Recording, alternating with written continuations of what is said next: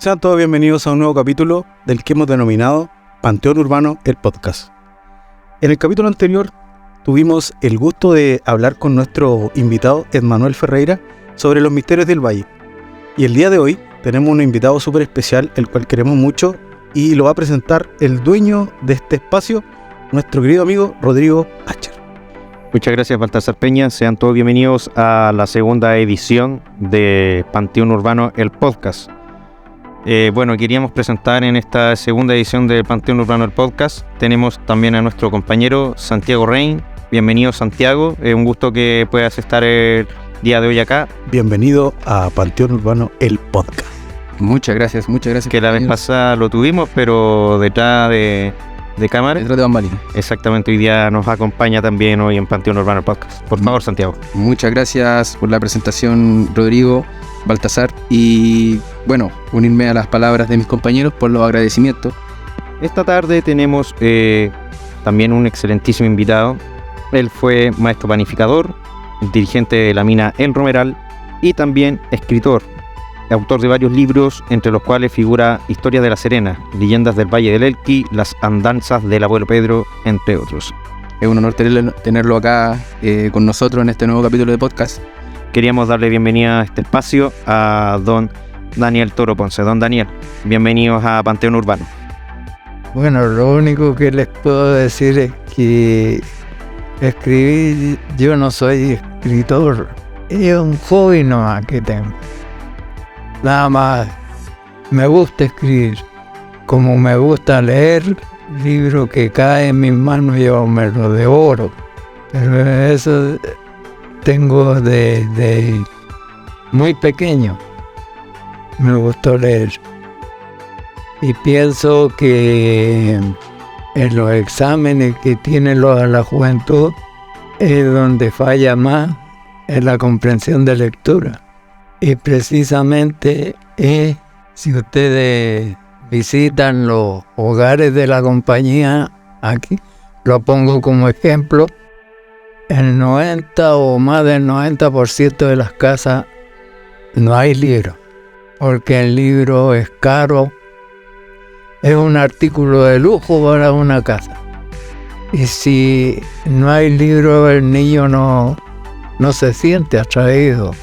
Y creo que eso es lo que le falta a este país, abaratar los costos de publicación para que la mayor parte tenga acceso a leer y tenga una mejor comprensión desde pequeño de lectura. Muchas gracias, don Daniel. Y para comenzar este nuevo capítulo, valga la redundancia, queríamos empezar tocando 3 fechas e hitos importantes que ocurrieron en la ciudad de La Serena, como fue la fundación, el año 1544, la quema por parte de los nativos en el año 1549, el 11 de enero específicamente, y la refundación en el año 1549, el 26 de agosto propiamente tal.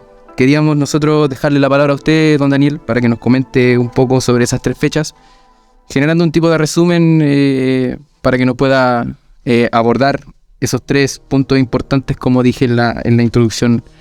Lo dejamos a usted, don Daniel, para que nos diga unas palabras con respecto a eso. Claro, esa es la relación histórica.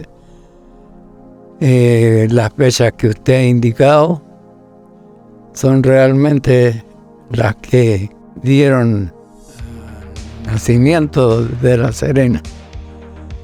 Según mi humilde entender, el primer lugar donde se fundó por don Juan Bohón, ¿no es cierto?, La Serena, fue en Coquimbito, o Tequirque, como le llamaban los nativos.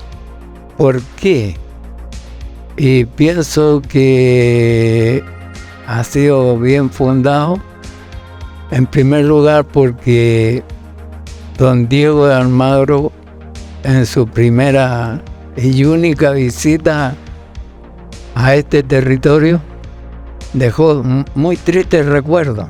Incluso se habla de que quemó a varios caciques, los asesinó, los asó vivos. Entonces y se ha comprobado, ¿no es cierto?, con el sitio que se encontró aquí en la compañía, en la carretera, que estaba habitado por nuestros ancestros. Yo me considero que descendiente de los diaguitas, porque mi bisabuelo era Ponce Margay y todos los apellidos terminaban ahí. Dicen que son nativos. Entonces la madre de él tiene que haber sido alguien nativo, porque como tenía ese apellido. Por eso me considero descendiente de él. Ahora fue como una estrategia, ¿no es cierto?, de Juan Boón, el fundar La Serena alejado de donde estaba este poblado nativo. Se habla de dos leguas hacia el interior del valle, y más o menos calza con el lugar de Coquimbito. Además de que justamente en la quebrada de Santa Gracia desemboca el camino inca que tenían los incas ya cuando llegaron los españoles hacia esta parte del país. Y en eso se fundamenta mi parecer, digamos. Otra cosa que puede reafirmar fue la facilidad con que llegaron los nativos para destruir y quemar totalmente el poblado, aprovechando, ¿no es cierto?, que Pedro Valdivia había mandado desde el Perú refuerzos y vituallas para reforzar la conquista de Chile más al sur de Santiago, y vino su segundo a recibir esa, y pasó por Serena, se llevó a don Juan Boón con la mayor parte de los soldados que tenía. Se lo llevó a Copiapó, y en Copiapó se regresó a Santiago con la vitualla y los soldados que llegaron, dejando a Juan Boón solamente con los soldados que llevó de aquí de La Serena. Los nativos de Atacama sencillamente se aprovecharon de eso y liquidaron a los españoles, tomando prisioneros, según la historia, puede ser parte de leyenda y de historia también, de que pasearon a Juan Boón por todo el territorio de Copiapó, de Atacama, y le dieron muerte. De eso se aprovecharon los diaguitas. Ahora, a propósito de esto, en La Serena, en ninguna parte se recuerda quiénes fueron los caciques diaguitas que llevaron a efecto la destrucción de La Serena. Después viene don Francisco de Aguirre, ¿no es cierto?, y con órdenes perentorias de don Pedro Valdivia de terminar con la resistencia de los nativos, de los diaguitas. En ese tiempo no eran llamados diaguitas, sino indios, ¿no? Sencillamente don Francisco de Aguirre acata esa orden porque era uno de los capitanes más crueles, y eso había quedado ya en las guerras en las que había participado en Europa. Era muy valiente, pero también muy cruel, y fue un verdadero genocidio el que hizo con los nativos de aquí de La Serena.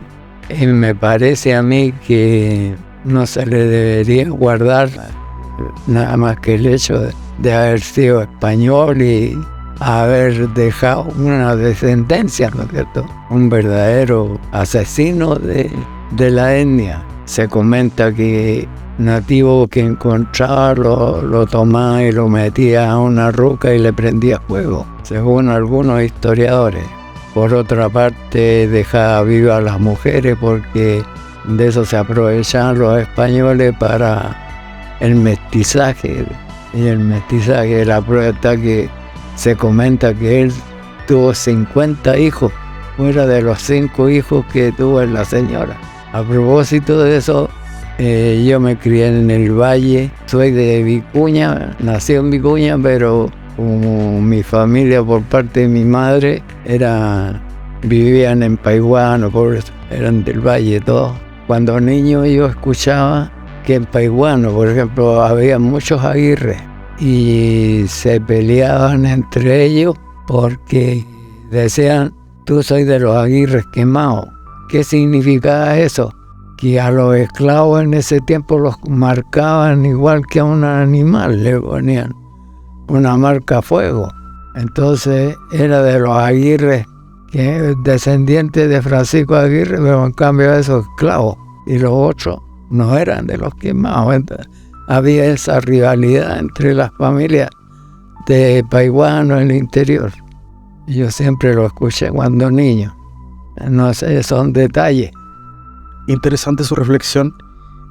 Hay un tema que a nosotros como grupo, como canal, nos hace un poco ruido y le queríamos preguntar. Es sobre el concepto de Dieguita.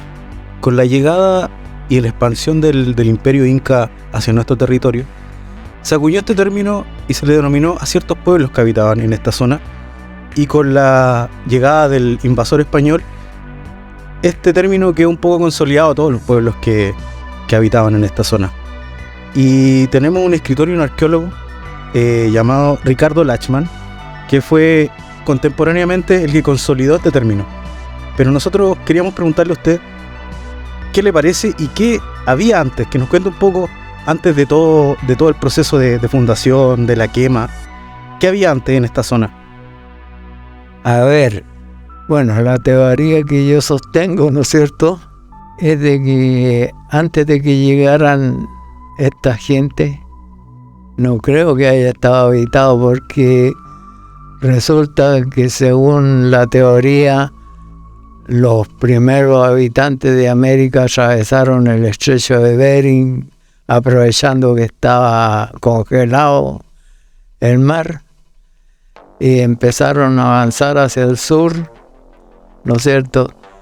Y si usted ve los rostros y el cuerpo, el físico de los nativos, tanto norteamericanos como los nativos Bona en el sur, tienen las mismas características y son mucho más parecidos, no a los chinos, por supuesto, sino a himalayos, por ejemplo, al Tibet. De esa clase de gente tienen las características, claro. Y fueron avanzando porque resulta que los primeros que llegaron venían buscando lugares para comer, para vivir en mejores condiciones que las que les estaba presentando Europa o África. Entonces ellos, a medida que venían avanzando hacia el sur, persiguiendo, ¿no es cierto?, también donde asentarse, donde hubieran animales para cazar y sobrevivir. Y así pienso yo que habitaron toda América. No pienso que fueran, por ejemplo, algunos sostienen de que vinieron en barco de allá de la isla de la Polinesia. Es bien difícil.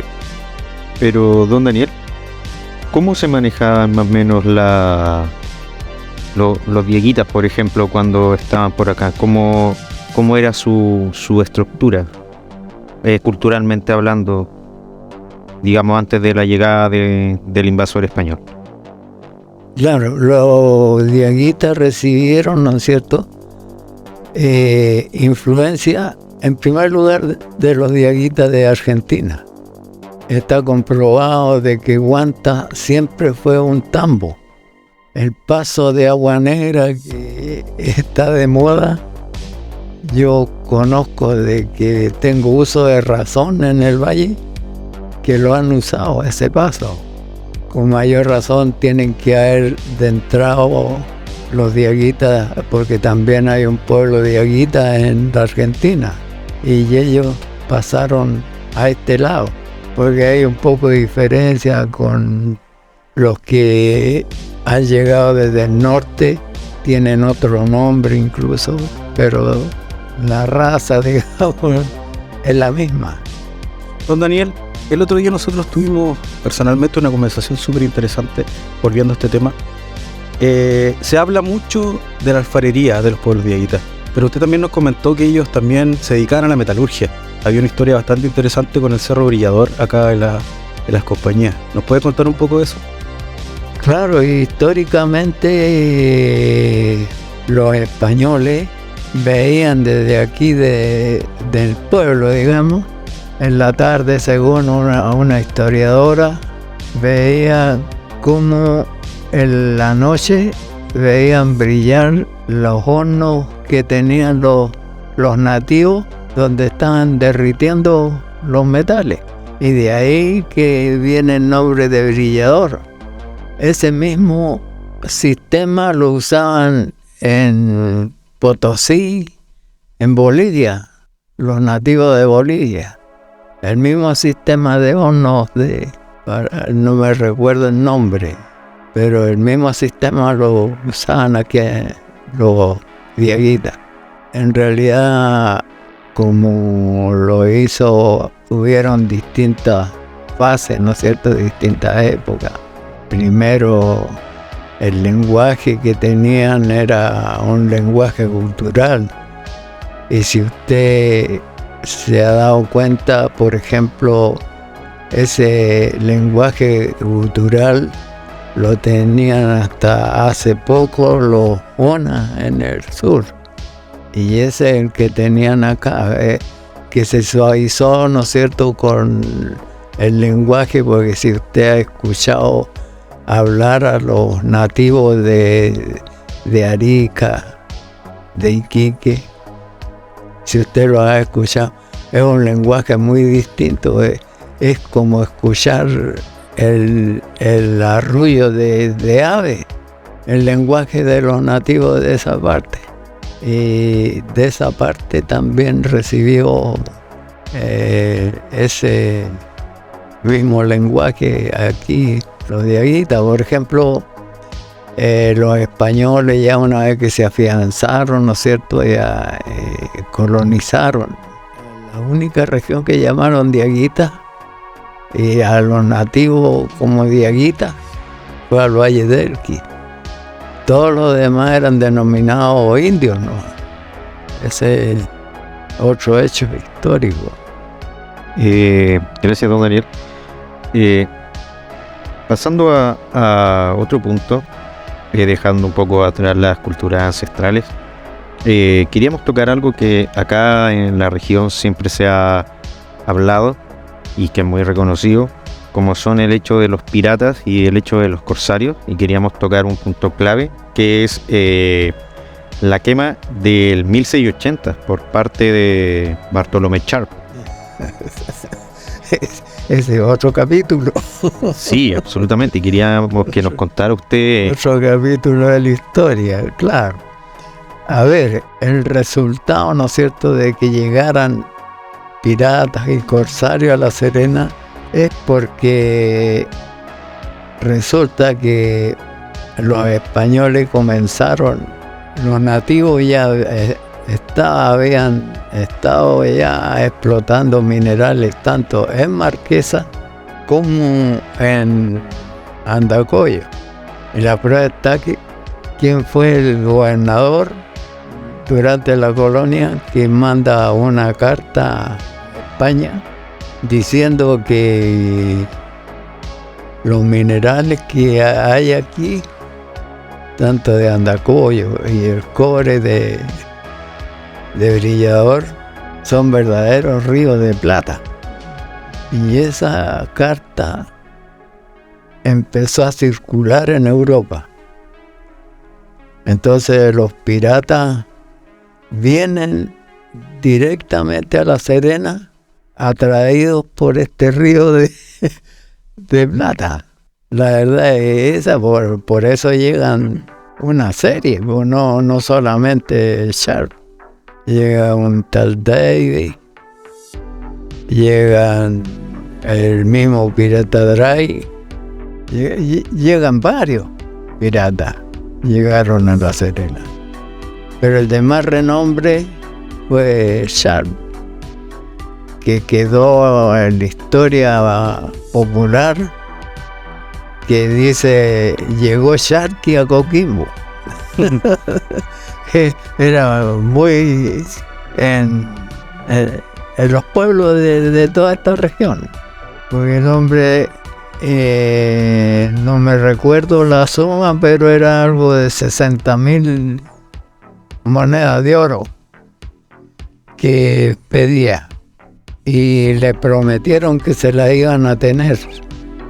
4 días esperó el pirata, y como no le dieron solución, porque todos los pudientes habían huido, todos los dueños de, ¿no es cierto?, de hacienda y de tierra, huyeron hacia el interior. Entonces el pirata se desquitó, digamos así, que al no tener respuesta de esa cantidad, de quemar todo y robar todo lo que pudo. Fue triste porque prácticamente desapareció la ciudad. Y la prueba está que los habitantes de ese tiempo pedían que refundar la ciudad, pero al interior del Valle del Elqui o hacia Ovalle, que en ese tiempo no existía Ovalle. Existía Tuquí, que era un nombre nativo que todavía existe. Tuquí es un aeropuerto que tiene Ovalle.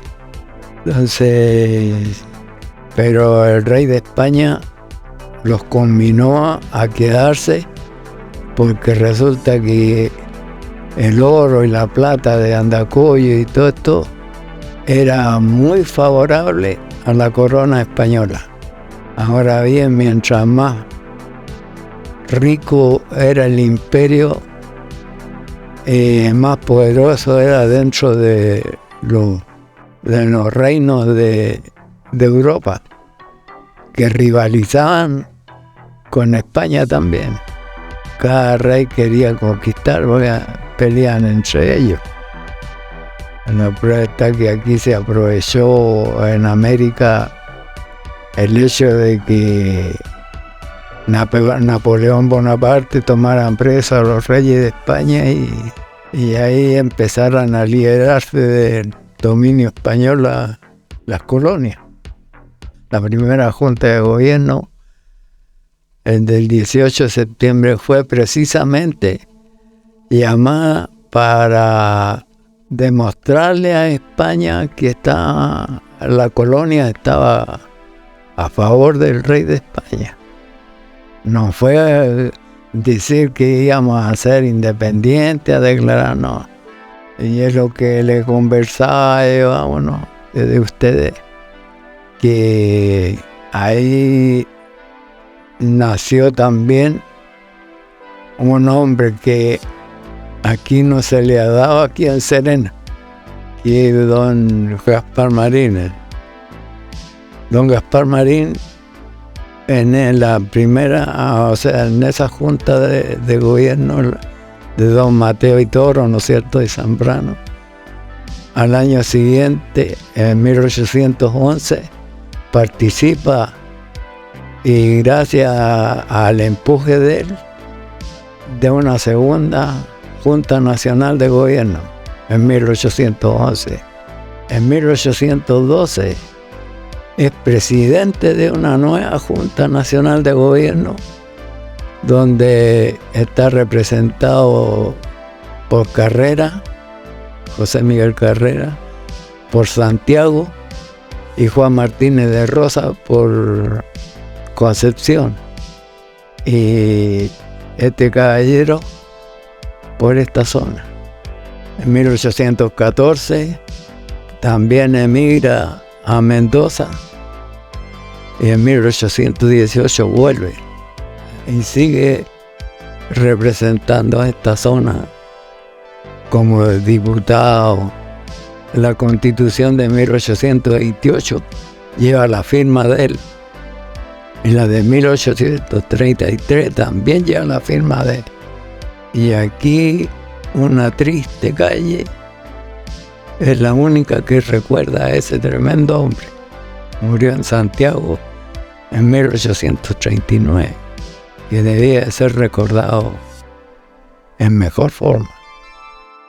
De hecho, sí, muy poco reconocimiento ha recibido hasta el día de hoy, que usted nos puede comentar y que esto claramente se va a difundir a todos los amigos del Panteón.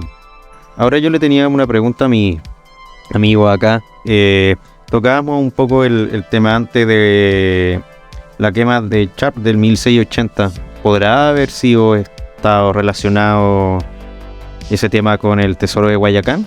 Ahí lo dejamos ahí planteado quizás para los amigos del Panteón también, para acá, para don Daniel igual. ¿Usted qué cree? ¿Cómo hay alguna correlación de eso? No. Ninguna. No tiene relación. Los piratas que estuvieron en Guayacán incluso han venido hasta 1930 y tanto, parece. Llegaron unos ingleses y vinieron a buscar ahí en Guayacán. Pero como le digo, no tiene relación con Sharp.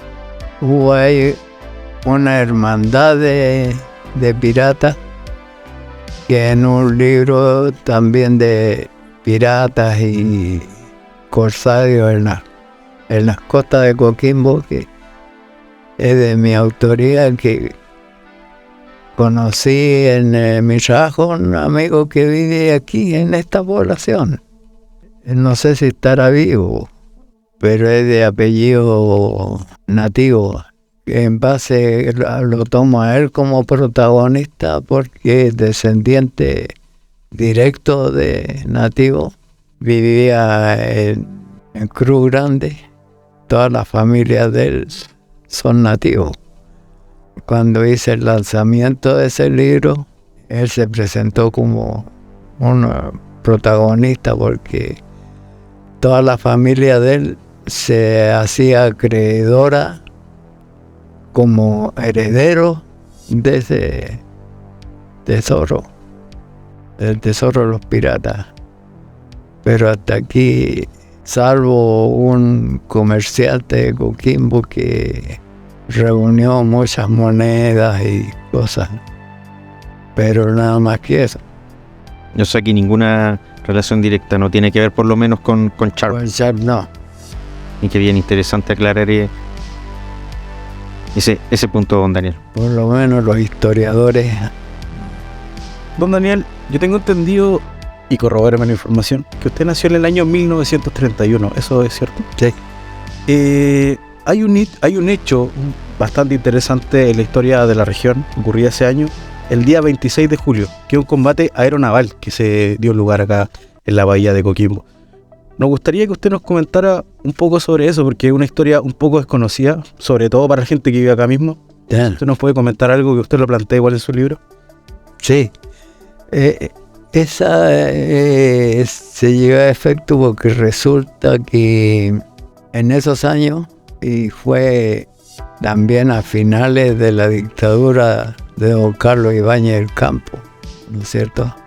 Hubo una gran depresión mundial económica y Chile fue uno de los más, de acuerdo a todas las versiones del orbe, fue el más castigado porque los alemanes, ¿no es cierto?, habían descubierto la manera de fabricar salitre sintético.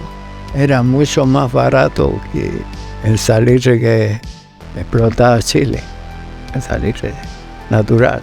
Entonces, la mayor parte de los industriales que explotaban el salitre eran extranjeros y dejaron abandonado la industria. Y el pueblo quedó, pero en una miseria muy grande. hasta mucho después, porque yo cuando yo ya había crecido, todavía la pobreza campeaba por todas partes. Ahora bien, el antecedente que hay es de que como el gobierno no tenía entrada monetaria, bajó los salarios, no me recuerdo en qué cantidad, un 25% me parece, a toda la administración pública y dentro de ella las Fuerzas Armadas.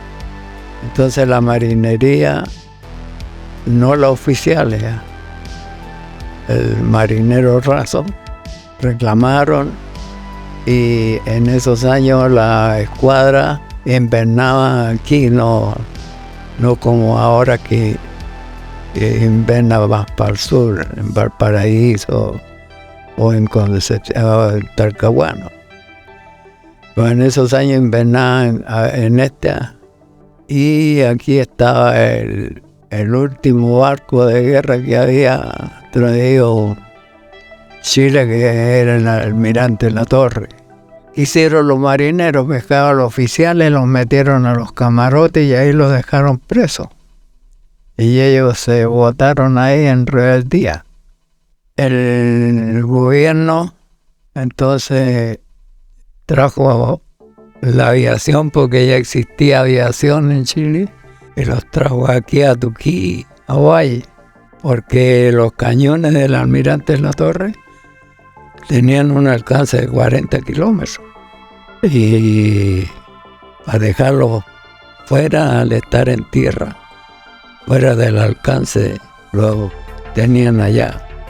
Y se prepararon para combatir. Incluso el gobierno había pedido ayuda a Estados Unidos, que viniera también a apaciguar a los marineros. Total que ahí La Serena fue testigo de un combate naval, aéreo naval. Pero ese fue los prisioneros, cuando se rindieron los marineros,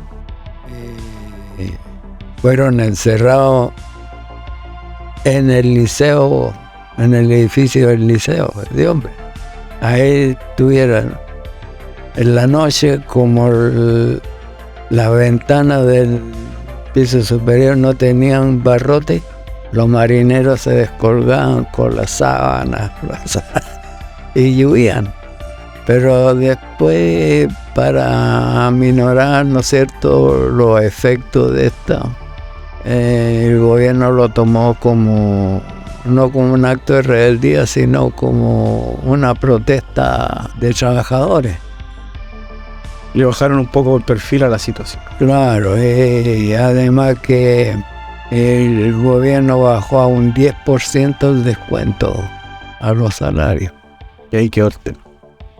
Claro que el gobierno también hizo correr la noticia de que los marinos iban a bombardear La Serena. Mentira, pues, que los cañones de ese barco, imagínate, a 40 kilómetros por allá por Vicuña, que habían ido a dar los balazos de esos proyectiles. Bueno, don Daniel, muchas gracias por su relato sobre el acontecimiento nombrado recientemente. Y bueno, conversábamos con anterioridad, previo al podcast, lo grande que se ha generado este sector de las compañías, lo que se ha extendido, ¿cierto?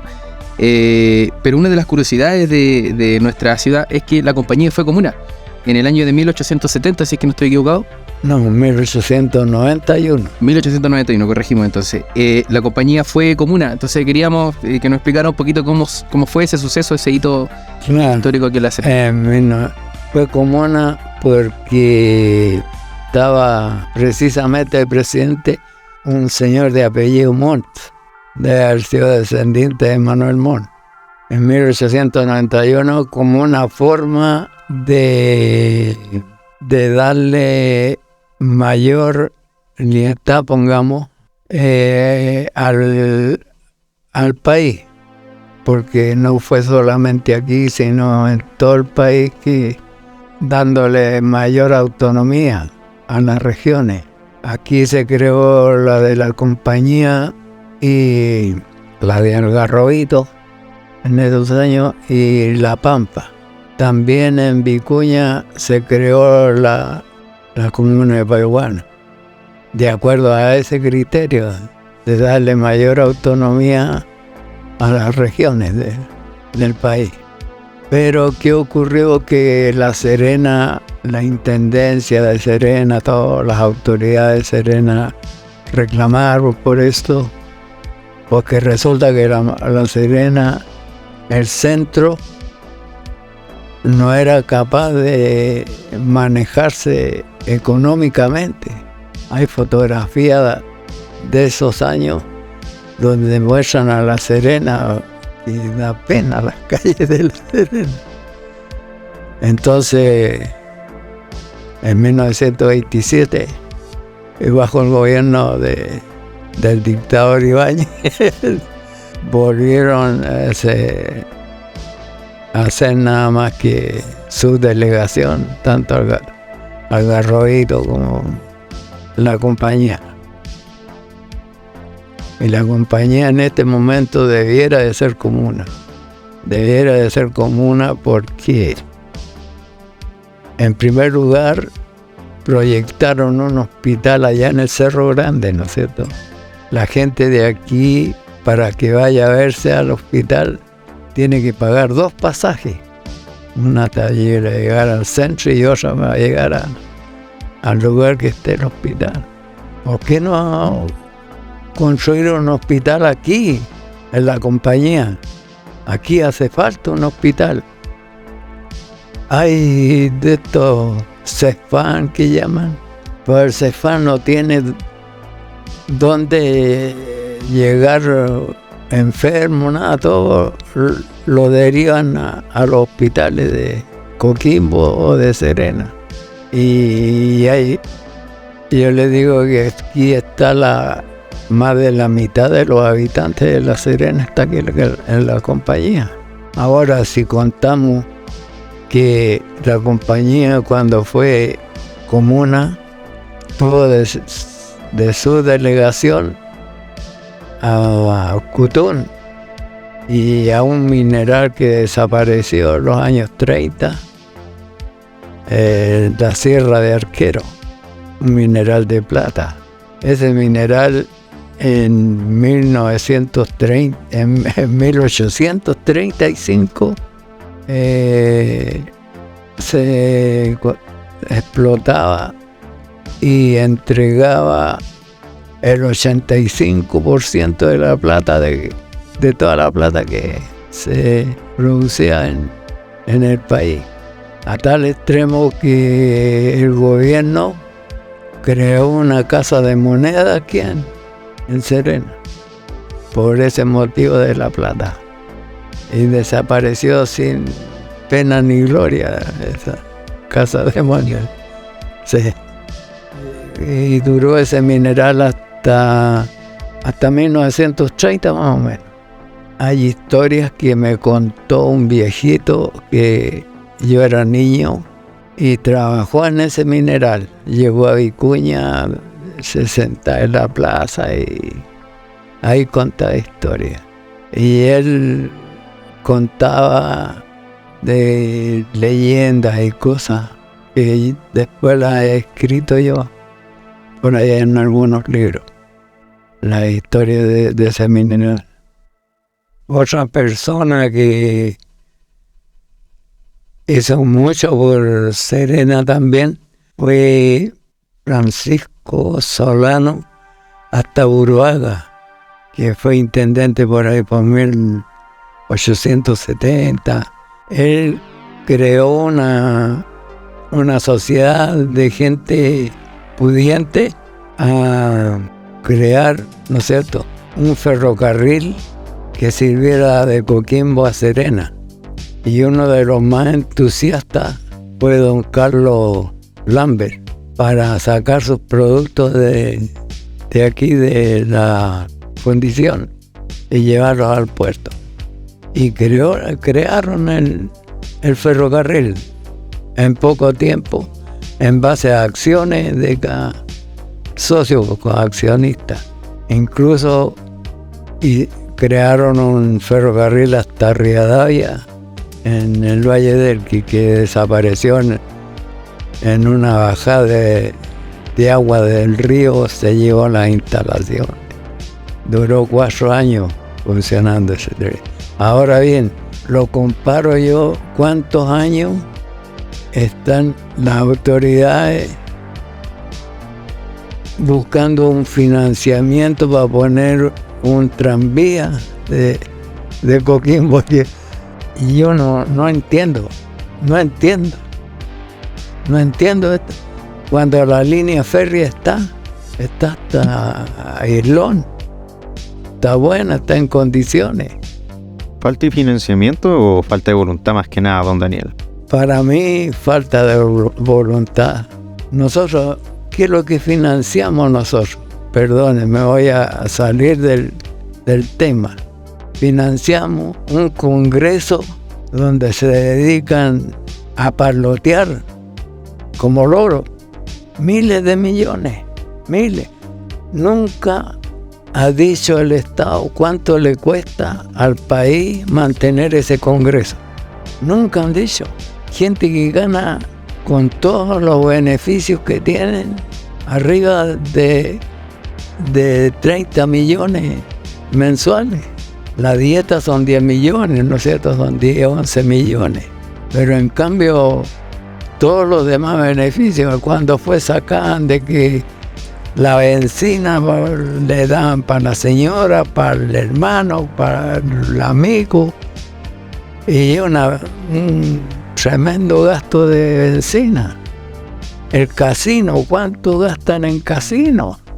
Hombres que se dedican a parlotear como loro. Es una verdadera cueva de Alibaba esa. Como dato, ganan 3 veces más que los lores de Inglaterra actualmente los señores del Congreso. Ahí tiene. Pero y no debían de ganar, póngale usted a todo reventar, no debían de ganar más de 10 veces un salario mínimo.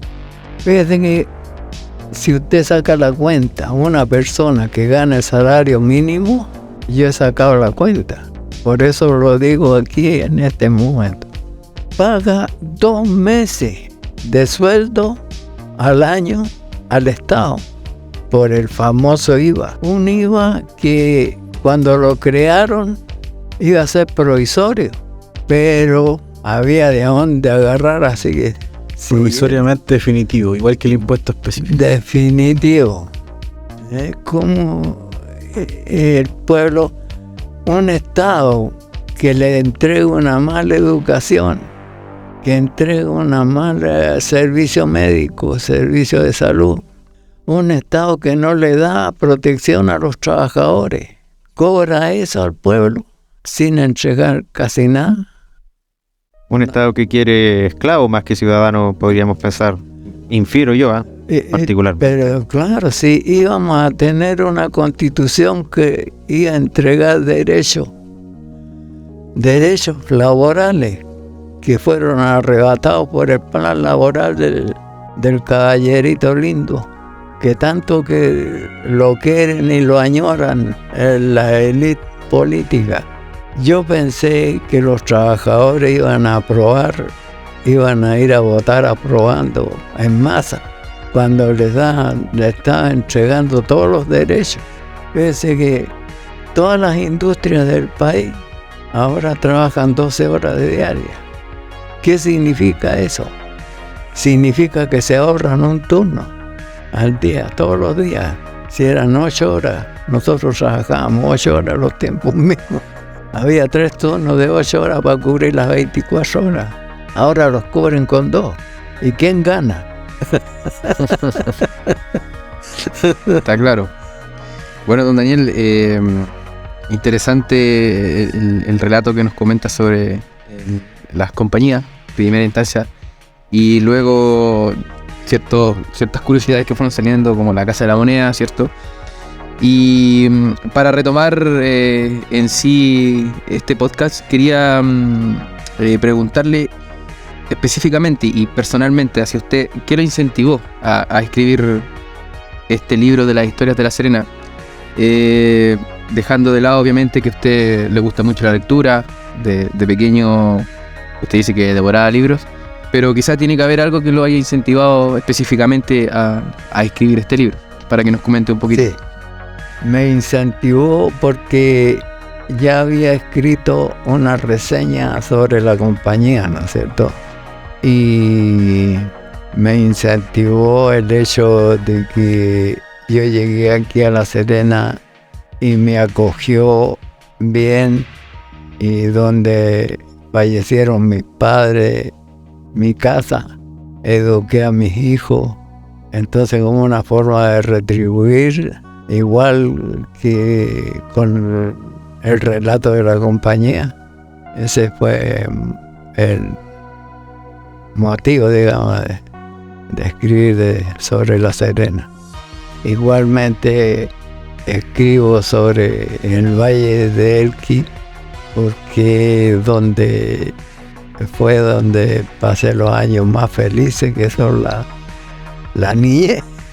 Don Daniel, sin duda, ha sido un placer tenerlo hoy día con nosotros acá en el canal. Yo me voy a extender un poquito y me gustaría hacerle una pregunta, escapándome un poco con los tarros.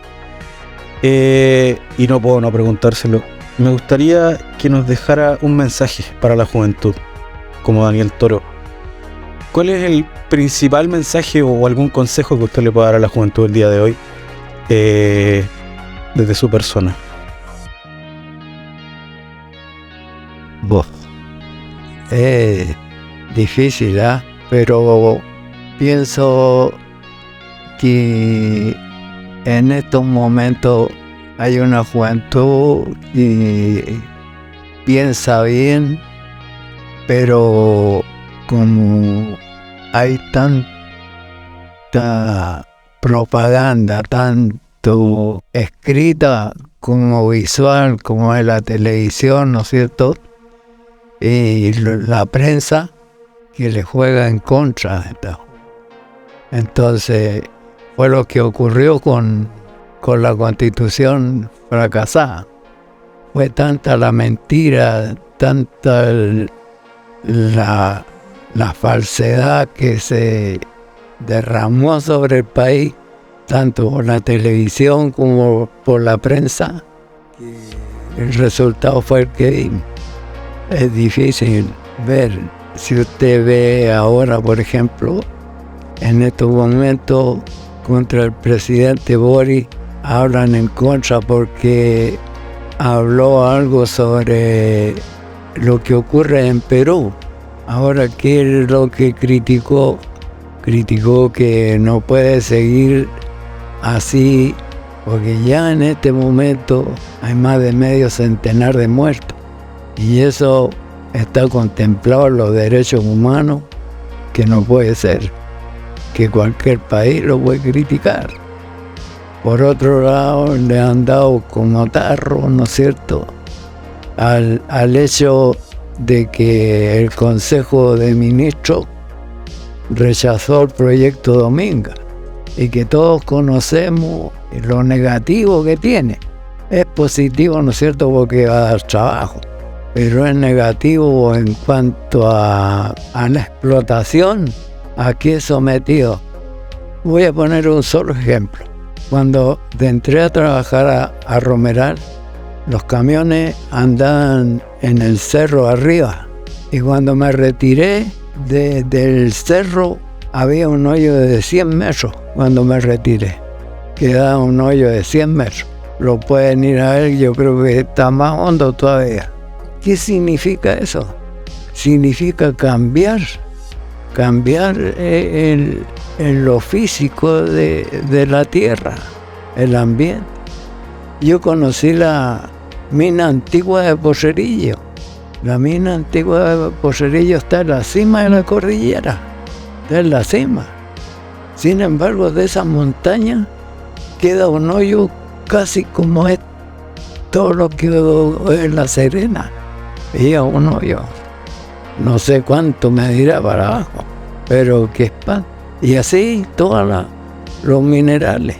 Ahora, yo le digo, son miles de millones de toneladas que se están extrayendo no solamente aquí, en la Argentina, en Bolivia, en Perú, todo el cono sudamericano. Y si usted lo compara con cualquier cuerpo que le está extrayendo de un lado, ¿qué es lo que ocurre? La naturaleza, la fuerza de gravedad, todo tiene que influir. Ahora, ¿hacia dónde nos va llevando esta falta de miles de millones de toneladas que han desaparecido? ¿No cree usted que esto también está influyendo en esto que les ocurre, la sequía y todo lo demás? En Estados Unidos unas tremendas tempestades como que están en el centro del Polo Norte, como si estuvieran ahí. En Siberia, calores que nunca se han sentido en Siberia. ¿Que no se estará moviendo el polo magnético de la Tierra? ¿Se estará girando? Como dato, el otro día hablamos de esto y ahora ya salió anunciado que la Tierra, el centro de la Tierra se detuvo y cambió su rumbo inversamente. Así que, mire, el otro día hablamos de esto y hace un par de días salió esta noticia y tiene mucho sentido lo que usted nos está hablando, don Daniel, y le agradecemos compartir estas teorías porque en verdad hay mucha sabiduría detrás de sus palabras. Y nosotros como canal nos tomamos la libertad y le vamos a regalar un libro, La Revolución por el Tejado, de el autor Lucio Urtubey Jiménez. Es una autobiografía, así que le vamos a hacer la entrega ahí de este librito para que usted lo disfrute. Usted es un amante de la lectura, así que como canal le hacemos este presente. Y llegó el momento de dar los agradecimientos, ¿ya? Primeramente a su persona, don Daniel Toro, que ha sido un placer, como ya le mencioné antes, tenerlo acá. Le queremos dar igual las gracias a su hija Erika, que nos acompañó, y a toda su familia en realidad, porque han sido súper abiertos con nosotros a acceder a su persona y compartir una verdadera biblioteca de conocimiento que es usted, así que estamos muy contentos y muy agradecidos. También queremos dar los saludos a nuestros canales hermanos, a los cuales queremos mucho, que son Almanauta Arica, Glitch Dimensional, de acá de la zona, a la Ruta Oculta de Copiapó, Pueblo Fantasma de nuestro querido amigo César Parra, que nos abrió las puertas de su canal, y a otro colega canal de acá de la zona, que es Cementerio Inglés. Así que nuevamente les reiteramos los agradecimientos, y también queremos dejar abierto la invitación para suscribirse a nuestro canal, darle like y me gusta a nuestros videos, y también suscribirse a nuestras redes sociales, tales como Instagram. Tenemos Instagram, Facebook, no se olviden también del Twitch, absolutamente de acuerdo. El YouTube también. Twitter, Panteón Urbano, para que nos puedan seguir en todas nuestras redes sociales. Recuerde activar la campanita y recuerde que compartir es absolutamente gratis para que nosotros podamos seguir haciendo este maravilloso trabajo. Así es, y obviamente este podcast lo pueden escuchar a través de Spotify y también a través de SoundCloud, YouTube y se me queda en el tintero de la otra red social. Y también queríamos comentarles que el concurso que teníamos del libro lo vamos a postergar y lo vamos a extender un mes más. Y el nombre del libro que estamos sorteando se llama Nada es verdad, todo está permitido, el día que Kurt Cobain conoció a William Burroughs, del autor Servando Rocha. Seguimos con el concurso porque ha sido un poco lento la recepción, así que vamos a extenderlo un poco más. No tenemos mucha ansiedad todavía de sortear, así que vamos a seguir avanzando con el tema. Y también queríamos comentarles sobre el próximo video. Hay un tema muy interesante acá en la región, en la ciudad. Hay un lugar que parece un poquito perdido en el tiempo, llamado Pasaje Calvario, donde hace algunos años y durante mucho tiempo fue muy bullado el tema paranormal, sobre todo de los duendes. Así que vamos a estar ahí investigando acerca de ese tema. Un miembro de este equipo, de hecho, puedo decir que estuve haciendo hace un par de años de manera independiente unas investigaciones y puedo decir, no voy a decir qué, pero hay datos interesantes por ahí que pueden salir. Hay ropa tendida, como se dice, así que Yo solamente puedo decir eso. eso, muy agradecido. Se despide nuestro conductor. Soy Rodrigo Acher y darle las gracias a don Daniel, también acá a nuestro amigo Santiago que debuta en nuestro segundo capítulo y al bien ponderado amigo Baltasar Peña. También queremos dar las gracias a nuestro amigo del estudio Cubo Record, acá en las compañías, haciendo soberanía. Agradecido por brindarnos el espacio para grabar este capítulo con don Daniel Toro. Así que muchas gracias. Esto ha sido Panteón Urbanos. Hasta la próxima.